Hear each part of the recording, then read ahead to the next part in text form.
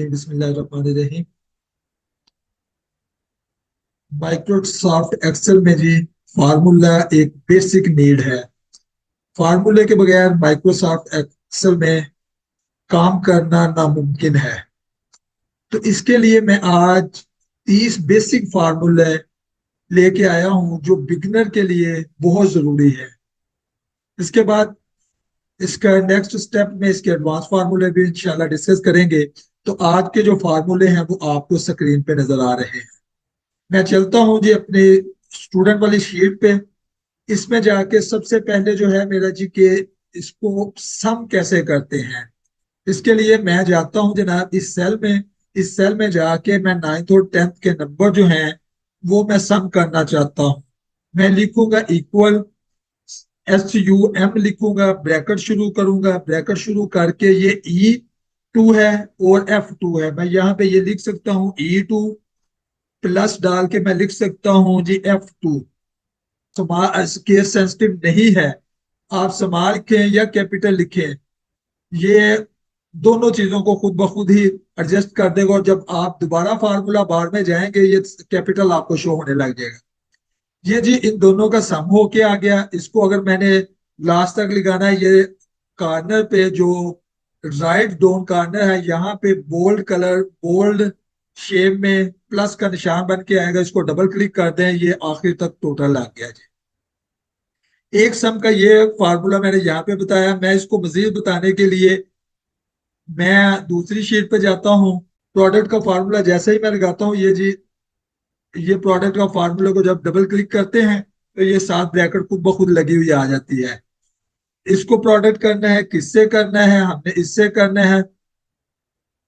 Bracket बंद करेंगे, enter दबाएंगे, ये देखें जी प्रोडक्ट होके आ गया। अब इसको मैंने डोन तक करना है जी, मल्टीप्लीकेशन प्रोडक्ट डोन तक मैंने लगाना है। मैं इसी तरह डबल क्लिक करूंगा, ये डोन तक जो है इसकी अमाउंट बन के आ गई। मैं नीचे जाता हूँ जी, नीचे जाके मैं यहाँ पे सबसे पहले यहाँ पे टोटल करना चाहता हूँ। मैं जैसे ही यहाँ पे आता हूँ टोटल करने के लिए मैं इक्वल लिखता हूँ, सम लिखता हूँ, ब्रैकेट शुरू करता हूँ। कहाँ से लेके कहाँ तक सम करना है वो रेंज हम सिलेक्ट कर लेते हैं।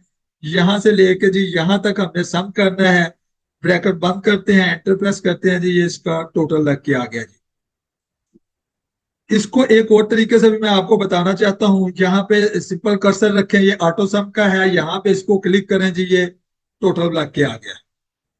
अब जी इसके बाद बारी आती है जी एवरेज कैसे निकालनी है, बाकी चीजें कैसे निकालनी है। मैं यहाँ पे जो इधर चीजें हैं मैं उनको बताना पहले चाहता हूँ।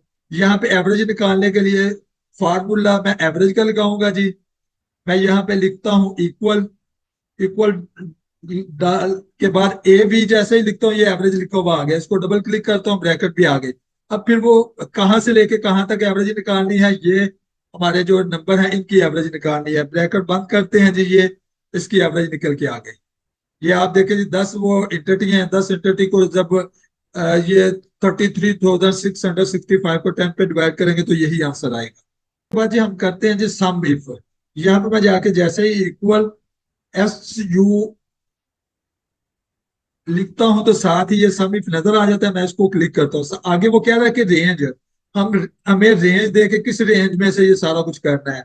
मैं यहां से लेके यहां तक इसकी रेंज दे देता हूँ जी, इस रेंज में से करना है, ठीक है। अगर हम नीचे फार्मूला बार में जाके यहाँ पे कॉमा डालते हैं, साथ ही आगे जी क्रिटेरिया कि क्रिटेरिया क्या रखना है। खाली जवेद जो है वो हो तो सम हो। तो ये डबल कोटेशन में इसलिए लिखते हैं जी, कोई भी स्ट्रिंग जब हम देते हैं तो उसको कोटेशन में लिखना पड़ता है। अगर यहाँ पे जाके जी जैसे ही मैं कॉमा डालता हूँ वो कहते हैं सम की रेंज बताएं कि कहाँ से लेके कहाँ तक सम करना है। मैं ये बताता हूँ सम की रेंज जी, ये है सम की रेंज। और मैं जैसे ही इसको इंटरप्रेस करता हूँ जी, ये सम होके आगे खालिद जवेद के जो अमाउंट थी वो सम होके आ गई।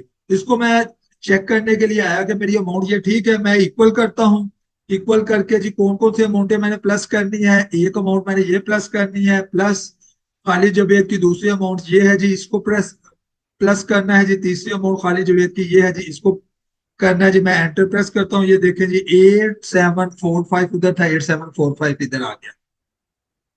अब जी अगली कंडीशन, अगला जो सम है ये भी सम ही करता है, लेकिन इसमें एक से ज्यादा कंडीशन अप्लाई कर सकते हैं। तो मैं जाता हूं जी, यहाँ पे मैं जाके इक्वल लगाता हूँ, सम लिखता हूँ।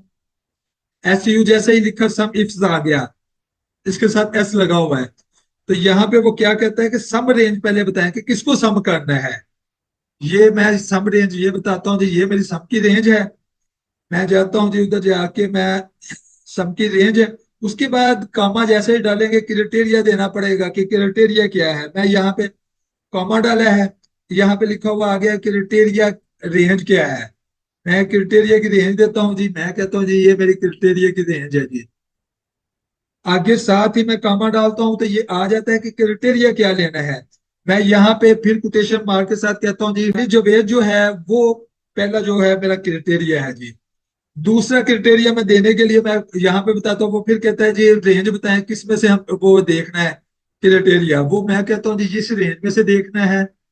इस रेंज में से देख के आगे वो कहता है इसमें क्या लगाना, क्या चेक क्या लगाना। मैं कहता हूँ जी अगर 7 हो तो प्लस हो जाए, अदरवाइज ना हो। मैं जैसे ही इसको एंटर करता हूँ जी, ये देखिए 2856, 2856 क्या है जी, 2856 ये वाली अमाउंट है। लेट सपोज मैं खालिद जुबैर की ये जो 5 है यहाँ पे भी जाके मैं अगर 7 कर देता हूँ, तो ये देखें जी, ये जाके यहाँ पे नीचे जाके आप चेक कर सकते हैं, ये दोनों प्लस होके आ गए, 5110 आ गया। ये तो था जी सम इफ का फार्मूला। इसी तरीके से आगे आता है जी कोंट का, कोंट आल का। इसके लिए मैं यहाँ पे फार्मूला लगाता हूँ जी, कोंट, कोंट इफ, कोंट आर, ये सारे जितने भी हैं ये मैं यहाँ पे आपको चेक करवाना चाहता हूँ जी। यहाँ पे मैं लगाता हूँ सबसे पहले फार्मूला। कोंट क्या करता है, कोंट एंटिटी को काउंट करता है कि कितनी एंटिटी है, लेकिन उसको काउंट करते हुए इसने सिर्फ नंबर लेने हैं। मैं यहाँ पे जाता हूँ, मैं जाके काउंट का फार्मूला लगाता हूँ। ये फार्मूला लग गया जी। मैं जाके किसको काउंट करना है, मैं कहता हूँ जी इसको काउंट कर दे सपोज, ठीक है। या दूसरे किसी और सेल को भी मैं कर सकता हूँ। मैं उसको जैसे ही ये ब्रैकेट क्लोज करता हूँ जी, ये काउंट होके आ गया जी 10 एंटिटी है। मैं सपोज यहाँ पे ये लिख देता हूँ जी आर। ये देखे जी उसने आर को काउंट नहीं किया, उसने क्या किया, 9 एंट्री कर दी है। अब मैं जाके यहाँ पे काउंट इक्वल लगा के ये लगाता हूं, जैसे ही इसमें और आपको काउंट में फर्क अभी नजर आ जाएगा कि ये जितने भी सेल हैं हमारे, उसमें बेशक अल्फाबेट हो, बेशक कोई वर्ड लिखा हुआ हो, बेशक न्यूमेरिकल नंबर हो, तो ये दोनों को ही काउंट कर देता है जी। ये देखें जी यहाँ पे उसने आर को भी काउंट कर लिया। यहाँ पे मैं एक चीज और बताना चाहता हूँ, ये दोनों काउंट या काउंट ए जो है ये ब्लैंक सेल को काउंट नहीं करता। यहाँ पे मैं सपोज इसको डिलीट कर देता हूँ। जैसे ही मैं डिलीट करता हूँ, ये देखें जी यहाँ पे 8 आ गया, यहाँ पे 9 आ गया, यानी कि उसने एक एक एंट्री जो है वो कम कर दी। काउंट और काउंट ए में आपको फर्क पता चल गया होगा कि काउंट जो है वो सिर्फ नंबर को प्लस करता है, और काउंट ए जो है वो बेशक स्ट्रिंग लिखी हो, बेशक डेट लिखी हो, जो मर्जी हो उसको प्लस कर देता है। मैं एक दो सेल और ये यहाँ से ब्लैंक करके दिखाता हूँ आपको। ये मैंने जैसे ही ब्लैंक किया, ये मैंने ब्लैंक किया तो ये जो नीचे है हमारा, ये देखें जी यहाँ पे काउंट और काउंट ऑल जो है वो जो है उस दोनों में जितने ब्लैंक करते गए हैं उतने वो रिड्यूस होते गए। अब यहाँ पे एक फंक्शन है जी काउंट ब्लैंक का। ये क्या करता है, जितने सेल ब्लैंक होते हैं उनको ये काउंट कर लेता है।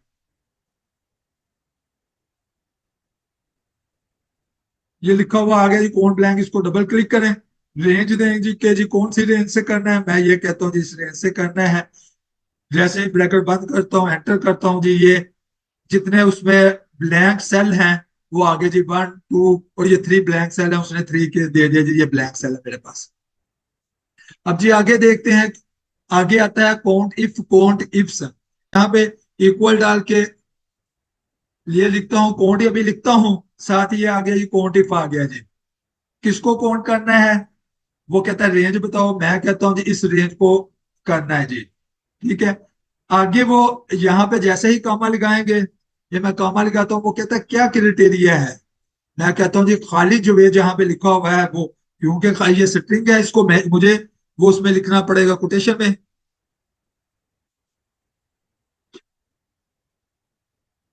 ये खालिद जुबैर को मैंने कोटेशन में लिखा, जैसे ही मैंने एंटर किया तो यहाँ पे खालिद जुबैर जो है वो 3 मरतबा है जी, वो 3 मरतबा लिखा हुआ आ गया।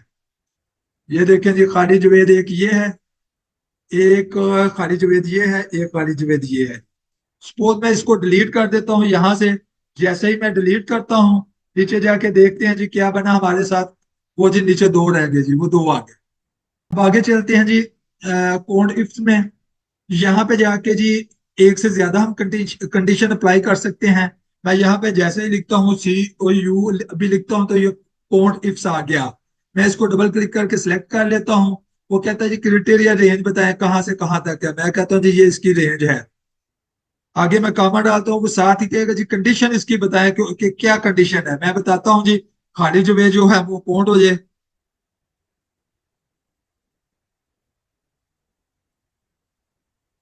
खाली जब एक काउंट हो जाए, कोटेशन मार्क में इसलिए लेना है कि ये स्ट्रिंग है। मैं कॉमा डालता हूँ। आगे साथ ही आ जाता है जी दूसरा क्राइटेरिया क्या है। मैं यहाँ से लेके रेंज उसकी सिलेक्ट करता हूँ, तो यहाँ से लेके यहाँ तक मैं रेंज सिलेक्ट कर लेता हूँ।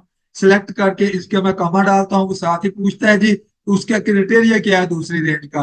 मैं कह देता हूँ जहाँ पे खाली 7 है वहां पे काउंट हो जाए। मैं ब्रैकेट बंद करके एंटर प्रेस करता हूँ जी। अब देखो जी उसने दोनों कंडीशनें पूरी की। खाली तो 3 थे यहाँ पे, लेकिन उस 7 वाली कंडीशन एक के सामने थी, उसने एक शो कर दिया। अभी सपोज मैं यहाँ पे 7 अगर करता हूँ, हम देखते हैं जाके नीचे जी यहाँ पे 2 आना चाहिए। हम देखते हैं यहाँ पे 2 आ गया।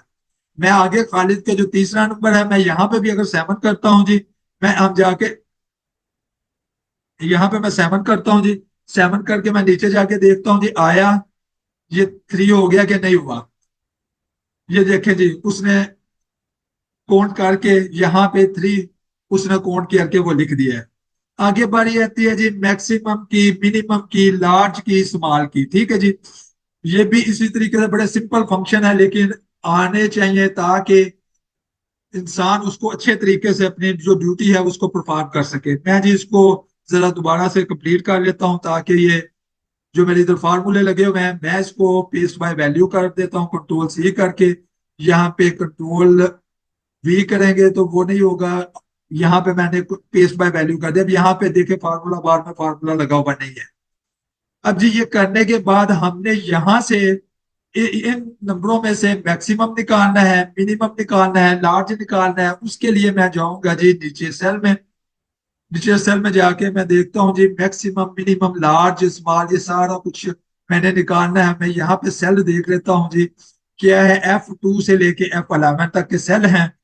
मैं यहाँ पे जाता हूँ, जाके मैं मैक्स के यहाँ पे मैक्स का फार्मूला लगाता हूँ। MAX लिखूंगा, साथ ही नीचे ये मैक्स लिखा हुआ आ जाएगा। जो ही मैक्स लिखा हुआ आ गया, वो कहता है जी कहाँ नंबर कहाँ से कहाँ तक है। एक तरीके का ये है, मैं यहाँ से लेके इस तरीके से इसको सिलेक्ट कर लूँ। साथ ही मैं ब्रैकेट बंद करके एंटर प्रेस करूंगा जी।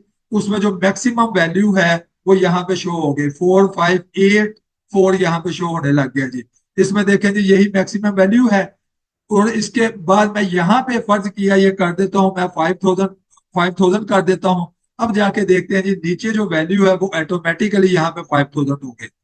इस तरीके से जी मिनिमम का फार्मूला है। मैं यहाँ पे लिखता हूँ MI लिखता हूँ।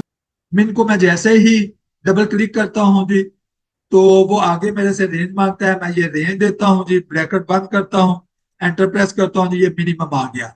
अब सपोज मैं मिनिमम इससे भी कम को देना चाहता हूँ, मैं यहाँ पे जाके मैं 1500 लिख देता हूँ जी। अब क्योंकि मिनिमम इस क्रिटेरिया में 1500 है, नीचे जाके हम देखते हैं जी आया यहाँ पे 1500 आ गया। ये देखें जी यहाँ पे 1500 आ गया। अब इसके बाद बारी आती है लार्ज की और स्मॉल की, कि लार्ज कैसे वर्क करता है और स्मॉल कैसे वर्क करता है। लार्ज के लिए ये है जी, ये जितने भी होगा उसमें से हम फर्स्ट लार्ज निकालना चाहते हैं, सेकंड लार्ज निकालना चाहते हैं, थर्ड लार्ज निकालना चाहते हैं। यही तरीके का स्मॉल के लिए है। मैं यहाँ पे इक्वल लिखता हूँ, लार्ज लिखता हूँ। जैसे ही मैं अभी स्पेल पूरे नहीं करता, ये एक्सेल इतना इंटेलिजेंट है, ये खुद ही उसके स्पेलिंग दे देता है। मैं यहाँ पे मैनुअल लिख देता हूँ F2 से लेके जी कहाँ तक मैंने जाना है, F11 तक। कि मैं कॉमा प्रेस करता हूँ जी, नीचे के लिखा हुआ आ रहा है कि जी आपने कौन सी वैल्यू लेनी है। मैं कहता हूँ मैंने फर्स्ट वैल्यू लेनी है जो सबसे बड़ी है। मैं ब्रैकेट बंद करके इंटर प्रेस करता हूँ, ये देखें जी फर्स्ट वैल्यू मैक्सिमम भी वही है, यहाँ पे भी वही है। मैं इसको एक और बताना चाहता हूँ, अगर मैं 10th वैल्यू लूँ तो वो 1500 आनी चाहिए, क्योंकि 15 वो वैल्यू सबसे आखिर वाली वही है, वो देखे जी 1500 आ गए। यहाँ पे मैं इसी तरीके से अगर सेकंड लेना चाहता हूँ लार्ज, मैं यहाँ पे 2 लिख दूंगा, एंटर प्रेस करूंगा, ये जो दूसरी बड़ी की वैल्यू है वो मुझे यहाँ पे शो हो जाएगी। यहाँ पे इसी तरीके से मैं स्मॉल लिखता हूँ जी, ये स्मॉल का फंक्शन आ गया। स्मॉल के फंक्शन में भी वो रेंज देनी पड़ेगी, मैं F2 से F11 तक दे देता हूँ जी रेंज। आगे कामा प्रेस करता हूँ, लिखा हुआ आगे जी की के कौन सी वैल्यू लेनी है, मैं यहाँ पे लिखता हूँ सबसे जो छोटी वैल्यू वो मैं लेना चाहता हूँ। ये मैं जैसे ही प्रेस करता हूँ जी ये सबसे छोटी वैल्यू आ गई। यहाँ पे अगर मैं 10वीं छोटी वैल्यू लेना चाहता हूँ, मैं देखें तो ये सबसे बड़ी जो वैल्यू है वो आ जाएगी 5000 की। मैं सपोज यहाँ पे टू लेने सेकंड लेना चाहता हूँ, थर्ड लेना चाहता हूँ, जो भी मैं वैल्यू लेना चाहूँ, मैं थर्ड लेना चाहता हूँ, मैं थर्ड स्मॉल वैल्यू ये है जी, ये आ गई। उसके बाद आगे बारी आती है जी मोड की और पावर की। मोड क्या काम करता है, इसको मॉडुलस कहते हैं। ये जो रिमाइंडर बचता है ये उसको शो करता है जी। सपोज मैं यहाँ पे लिखता हूँ इक्वल, इक्वल लिख के मैं MO अभी प्रेस करता हूँ जी, ये मोड लिखा हुआ आ गया। मैं इसको डबल क्लिक करता हूँ, ब्रैकेट लग गई। मैं यहाँ पे करता हूँ 10, वो उसने नंबर मांगा था, मैंने 10 दे दिया। उसने कामे के बाद बताया जी किस पे डिवाइड करना है, मैंने कहा 3 पे डिवाइड करना है। अब देखें 10 को अगर 3 पे डिवाइड करेंगे बाकी एक बचेगा, जब ब्रैकेट हम बंद करेंगे इंटर प्रेस करेंगे तो यहाँ पे एक आ जाएगा। इसी तरीके से मैं अगर यहाँ पे 10 की बजाय मैं कर देता हूँ जी 20 करता हूँ, 20 को अगर डिवाइड करेंगे 3 पे तो ये जी 2 बचेगा। मैं यहाँ पे देखते देखे जी ये 2 आ गया। अब मैं इसी तरीके से इसमें जो नंबर है, नंबर के साथ मैं जो डिवाइजर जिससे डिवाइड करना है वो भी मैं चेंज करना चाहता हूँ। मैं इसको फोल्ड करता हूँ जी, इस पे 0 आना चाहिए, देखे जी 0 आ गया। अब इसके बाद पावर की बारी आती है जी। जैसे हम स्केल लेते हैं, क्यूब लेते हैं, ये बिल्कुल उसी तरीके से पावर यहाँ पे भी काम करती है एक्सेल में। उसके लिए मैं सपोज यहाँ पे लिख देता हूँ जी 2 3, इसको मैं 2 3 नंबर और मैं यहाँ पे इंसर्ट कर देता हूँ जी। यहाँ पे जाके मैं क्या करता हूँ जी, मैं कहता हूँ जी इक्वल लिख के मैं पावर लिखता हूँ। जैसे ही मैं अभी कंप्लीट नहीं लिखा, पावर लिखा हुआ आ गया।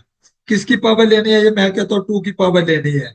कितनी लेनी है जी, मैं कॉमा डालता हूँ, कॉमा डाल के वो आगे पूछ रहे कितनी पावर लेनी है, मैं इसको क्लिक कर देता हूँ। मैं इसको क्लिक करके ब्रैकेट बंद करता हूँ, क्या जी 2 की पावर 2 4 आंसर आ जाएगा।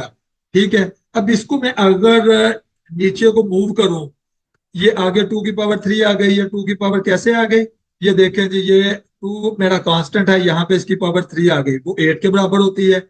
आगे इससे नीचे जाएंगे तो इसी तरीके से ये इसकी पावर जो है बढ़ती जाती है। मतलब यहाँ पे जाके हम देखते हैं तो ये 2 की पावर क्या है जी 6 है। अगर 2 को आप 6 टाइम मल्टीप्लाई करें तो ये 64 ही बनता है।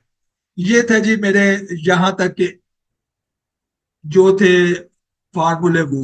अब मैं इसके जो राइट साइड पे मैंने हेडिंग लिखी हुई है, अब मैं वो बताना चाहता हूँ कि वो क्या क्या काम करते हैं। इसमें एक फंक्शन है जी लेंथ का, LEN।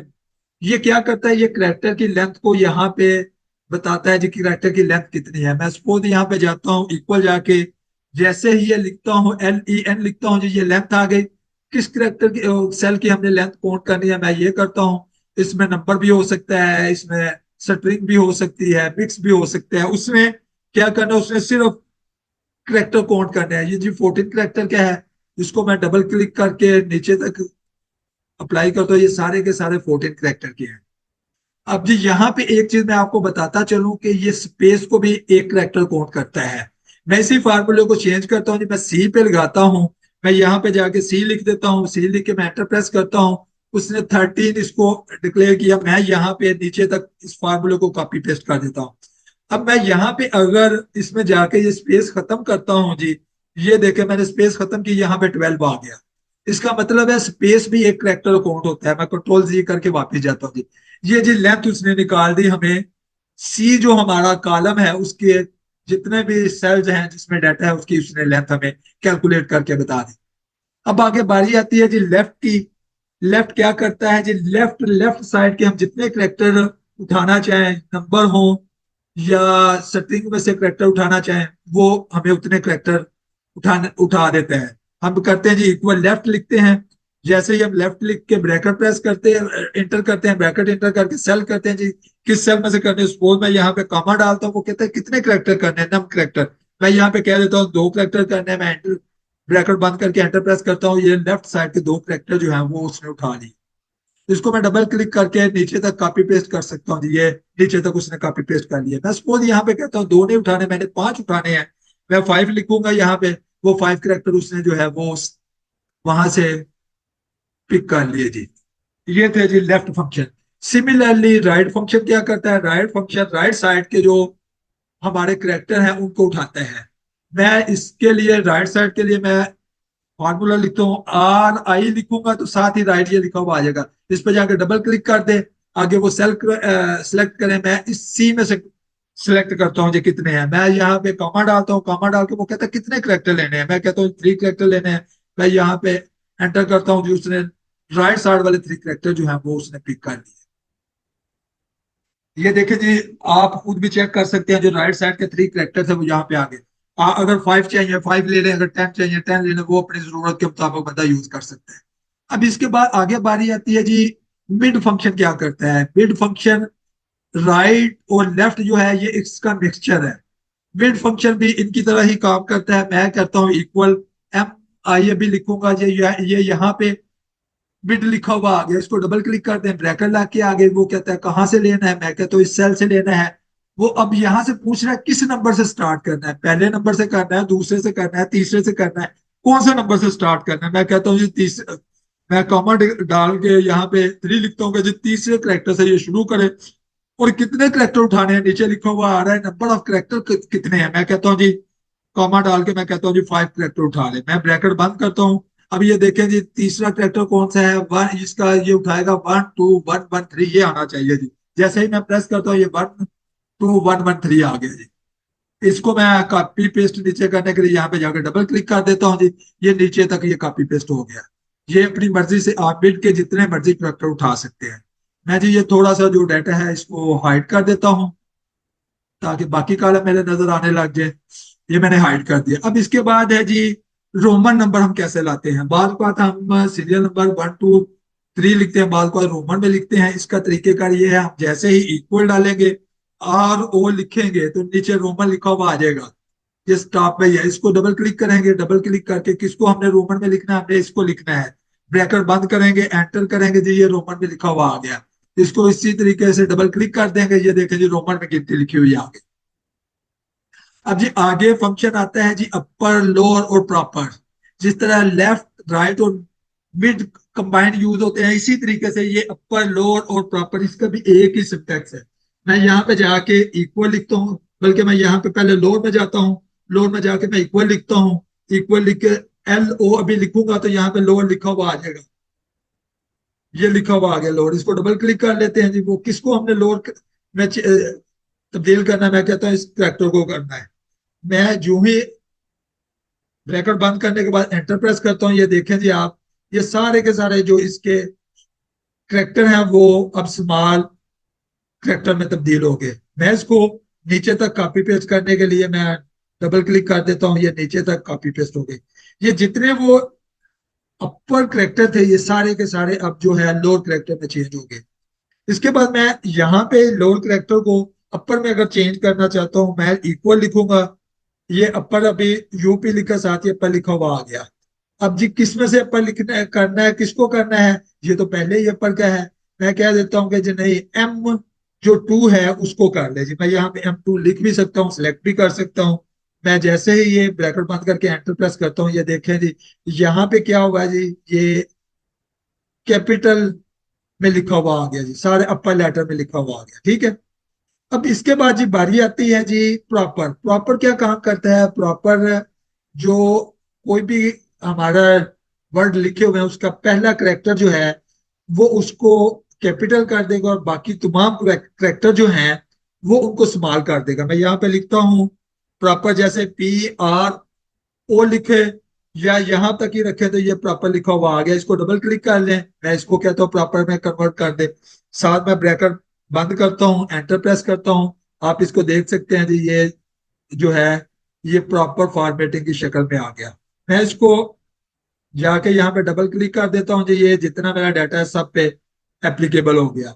ये तो मैंने स्मॉल को बदला था उसमें। मैं अगर ये कैपिटल वाले को बदलना चाहता हूँ, मैं क्या करूंगा, एम की जगह पे सिंपल एल लिख देता हूँ। तो मेरा जो स्मॉल करेक्टर है वो सारे के सारे मेरे सिलेक्ट हो जाएंगे यहाँ पे। ये एल लिख दिया, एल लिख के मैंने एंटर प्रेस किया, ये देखे जी उसने उसको जो है वो प्रॉपर फॉर्मेटिंग में तब्दील कर दिया। इसके बाद जो मेरे फंक्शन रह गए हैं जो मैंने आपको दिखाया था, उसके लिए मैं जाता हूँ स्टूडेंट शीट में। वो फंक्शन रह गए हैं जी, टू डे क्या काम करता है, नो क्या काम करता है, और टाइम फंक्शन क्या काम करता है। मैं सबसे पहले बताऊंगा जी टू डे क्या काम करता है। मैं यहाँ पे टू डे जो है वो आज की जो डेट है वो उसको यहाँ पे शो करेगा। मैं यहाँ पे लिखता हूँ जी, ये इतने की लिखा है, साथ ही आ गया टू डे। मैं इसको डबल क्लिक कर लेता हूँ। डबल क्लिक करके आगे देखे ब्रैकेट में कोई चीज नहीं लिखी हुई, मैं ब्रैकेट बंद करता हूँ, ब्रैकेट बंद करके एंटर प्रेस करता हूँ। जब मैंने टू डे कहा तो आज है 11 मई 2024, तो 11 मई 2024 लिखा हुआ आ गया। अब जी इसके बाद जी नो क्या काम करता है, मैं पहले वो बताऊंगा, फिर मैं यस्टरडे और टुमारो निकालने का तरीका भी बताऊंगा। नो भी इस वक्त की डेट और इस वक्त का टाइम जो होगा वो शो कर देता है। मैं लिखता हूँ एन ओ, जैसे ही लिखा है ये नो लिखा हुआ आ गया। मैं नो को ये करता हूँ, यहाँ पे भी देखें जी ब्रैकेट के साथ ही ब्रैकेट बंद हो गई। मैं ये लिख आता है जी, ये देखें जी ये इसमें टाइम भी आ गया और डेट भी आगे लिखी हुई। अब जी मैं यहाँ पे एक चीज बताना चाहता हूँ कि जी यस्टरडे हम कैसे लिख सकते हैं। यस्टरडे क्या है, टू डे में से एक माइनस करेंगे यस्टरडे आ जाएगा, टू डे में एक प्लस करेंगे टुमारो आ जाएगा। मैं यहाँ पे जाता हूँ जी, मैं जाके टू डे लिखता हूँ, ये टू डे का फंक्शन आ गया। टू डे का फंक्शन ये मैंने बंद किया, इसके साथ -1 कर दिया। ये देखें जी एक डेट ये पीछे वाली आ गई। आगे इसी तरीके से टू मारो, मैंने अगर यहाँ पे करना है यहाँ पे मैं करूंगा इक्वल टू मारो, मैं लिखूंगा टू डे में, सॉरी टू डे लिखूंगा। टू डे लिख के ये फंक्शन बंद करूंगा और इसमें +1 कर दूंगा, एंटर करूंगा। ये टू मारो जो डेट है ये वो आ गई। अब जी आगे एक चीज आती है जी टाइम। टाइम क्या करता है जी, टाइम सिर्फ उसकी फॉर्मेटिंग जो है वो उसको बताता है। मैं यहाँ पे इक्वल लिखता हूँ, जैसे ही मैं ये अभी ये लिखा है टाइम लिखा हुआ आ गया, वो कहता है जी आवर कितने हैं, मैं कहता हूँ 2 आवर है। वो कहते हैं मिनट कितने हैं, मैं कहता हूँ 55 मिनट है। वो कहता है जी आगे सेकंड कितने हैं, मैं कहता हूँ 32 सेकंड है। मैं ब्रैकेट बंद करता हूँ, ये देखें जी ये एएम में आ गया कि जी ये AM टू आगे 55 आगे ये आवर्स और मिनट को शो कर देंगे। अगर फर्ज किया मैंने इसको, ये जो आवर्स है मैं इसको चेंज करके मैं यहाँ पे कर देता हूँ जी 16। मैं जैसे ये करूंगा ये क्या करेगा, ये PM की शक्ल में ले गया कि ये 4:55 हुए हैं। अब मैं थोड़ा सा आपको बताना चाहता हूँ जी, टू डे और नो में से कुछ चीजें हम मजीद इस्तेमाल कर सकते हैं। मैं ये जो टू डे वाला फंक्शन है, मैं इसमें से मंथ अगर निकालना चाहता हूँ, मैं इसमें से मंथ भी निकाल सकता हूँ। मैं इसमें से अगर डे निकालना चाहता हूँ डे भी निकाल सकता हूँ। मैं ईयर निकालना चाहता हूँ ईयर भी निकाल सकता हूँ। मैं यहाँ पे लिखता हूँ इक्वल M लिखता हूँ, O लिखता हूँ जी, ये मंथ यहाँ पे लिखा हुआ आ गया मंथ। आगे मैं क्या कहता हूँ, वो तो सीरियल नंबर मांग रहा है, मैं कहता हूँ जी टू डे जो है टू डे वाले फंक्शन में से मंथ निकल जाए। मैं साथ ही ये ब्रैकेट बंद करता हूँ जी, मैं एंटर प्रेस करता हूँ, ये देखे जी टू डे वाले में से मंथ क्या है जी, 5वां मंथ है, वो 5वां मंथ उसने शो कर दिया। मैं मंथ की जगह पे जाके मैं करता हूँ जी डे क्या है, मैं यहाँ पे जाके डे लिखता हूँ। मैं जाके डे लिख के मैं ये प्रेस करता हूँ जी, आज 11 डेट है, 11 डेट उसने दे दी। मैं जाके यहाँ पे ईयर अगर निकालना चाहूँ, मैं यहाँ पे ईयर लिख दूंगा।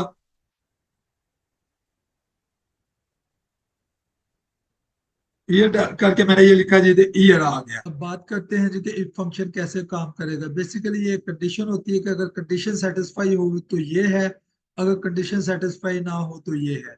मतलब मैं यहाँ पे कंडीशन लगाता हूँ, मैं कहता हूँ इक्वल लगा के इफ लिखता हूँ। आगे मैं जैसे ही ब्रैकेट शुरू करता हूँ वो कहते हैं लॉजिकल टेस्ट। लॉजिकल टेस्ट में मैं ये कहता हूँ अगर ये जो है ग्रेटर देन 1020 है तो क्या शो हो जी, के प्राइस, कैश प्राइस,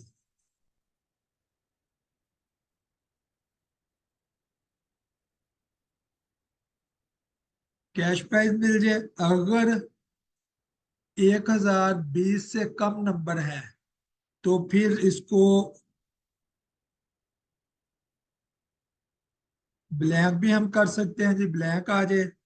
या हम यहाँ पे कुछ और भी लिख सकते हैं, या जी यहाँ पे इसको डबल क्लिक करते हैं।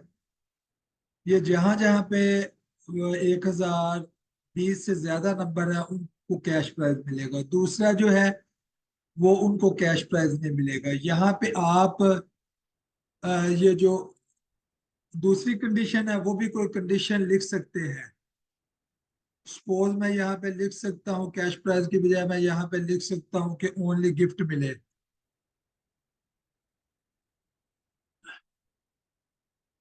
जब मैं इसमें क्लिक करता हूँ इसको नीचे तक, जो 1020 से ज्यादा जिनके नंबर हैं उनको कैश प्राइज मिलेगा, जिनके उससे कम नंबर है उनको गिफ्ट मिलेगा। मैं जी यहाँ पे एक फार्मूला जो रह गया वो है जी कनकैटिनेट का। मैं CON लिखता हूँ जी, ये कनकैटिनेट लिखा हुआ आ गया। मैं कनकैटिनेट को डबल क्लिक करता हूँ। यहाँ पे वो कह रहा है किस टेक्स्ट को जोड़ना है, मैं कहता हूँ इस टेक्स्ट को जोड़ना है। आगे मैं कॉमा डालता हूँ, वो कहता है दूसरा टेक्स्ट कौन सा है। दूसरा टेक्स्ट तो मेरा ये है, लेकिन मैंने इनके दरम्यान में स्पेस डालनी है। स्पेस डालने के लिए ये मैं कोटेशन मार्क में ये दूंगा, इस तरीके से मैं फिर कॉमा डालूंगा। वो कहता है दूसरा टेक्स्ट कौन सा है, मैं कहता हूँ ये है। इसके बाद मैं ब्रैकेट बंद करता हूँ, मैं एंटर करता हूँ। देखे जी ये दोनों जो है B2 और C2 जो है वो यहाँ पे कंबाइन होके आ गए। अब इसके बाद जी मैं इसको नीचे तक कॉपी पेस्ट करना चाहता हूँ, मैं डबल क्लिक कर देता हूँ। आप देखें जी यहाँ पे जो टाइम है 9 में, टाइम जैसे जैसे चेंज हो रहा है यहाँ पे वो टाइम चेंज होता जा रहा है। इसके साथ जी आज के मेरे जो ये 30 शॉर्टकट थे ये मैंने आपको बताए। मुझे उम्मीद है कि आपको समझ आ गई होगी, लेकिन इसकी प्रैक्टिस जरूर करें, प्रैक्टिस के बगैर एक्सेल बिल्कुल नहीं आती।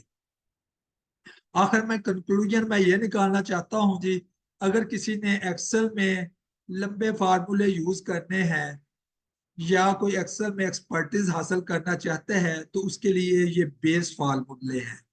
अगर ये बेस मजबूत होगी तो आने वाले वक्त जो है उसमें मजीद मजबूती होगी। तो उस वक्त तक के लिए मुझे इजाजत दीजिए। मैं मिलूंगा नए टॉपिक के साथ। अस्सलामु अलैकुम वरहमतुल्लाहि वबरकातुहू।